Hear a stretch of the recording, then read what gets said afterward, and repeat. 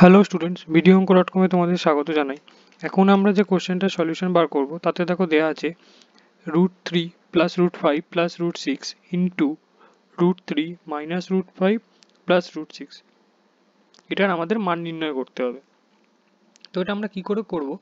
প্রথমে আমাদের যেটা দেয়া আছে সেটা যদি আমরা কপি করি, অর্থাৎ √3 plus √5 plus √6 into √3 minus √5 plus √6, এটা যদি আমরা কপি করে নিলাম। এবার আমরা একটা জিনিস দেখতে পাচ্ছি, এখানে একটা চেনা পরিচিত ধরন রয়েছে, সেটা হচ্ছে ফার্স্ট এটাকে আমরা একটা সাজিয়ে লিখি √3 প্লাস √6 প্লাস √5। এবার আবার এটাকে এই পার্টটাকেও যদি সাজিয়ে লিখি √3 প্লাস √6 মাইনাস √5। এখানে একটা চেনা পরিচিত ধরন পাচ্ছি, এই পার্টটা এখানে দুদিকেই সেম, এই পার্টটাও দুদিকে সেম, খালি এখানে প্লাস এখানে মাইনাস।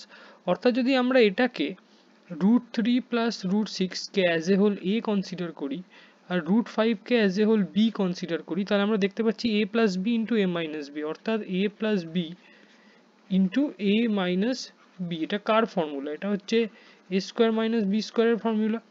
অর্থাৎ আমরা লিখতে পারি যে √3 প্লাস √6 এর স্কোয়ার মাইনাস √5 এর স্কোয়ার।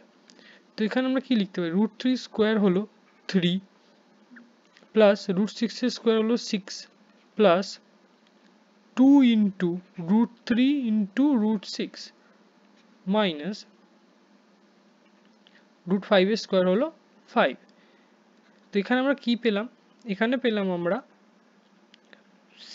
প্লাস 3 প্লাস 6 মাইনাস 5, অর্থাৎ আমরা লিখতে পারি 4 প্লাস 2√18। এবার √18 কে আমরা কি লিখতে পারি? 18 কে আমরা লিখতে পারি 3 6 3 2, দুটো 3 এর জন্য একটা 3 পেয়ে যাব। অর্থাৎ আমরা উৎপাদকে বিশ্লেষণটা করলে আমরা পেলাম এখানে একটা, এই দুটো 3 এর জন্য একটা 3। তো অর্থাৎ আমরা এখানে লিখতে পারি 4 প্লাস 6√2।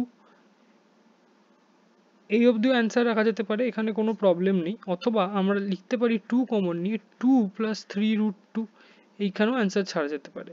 এটাই হলো এর ইকুয়েশনটা সিম্পলিফাইড একটা ফর্ম। Thank you.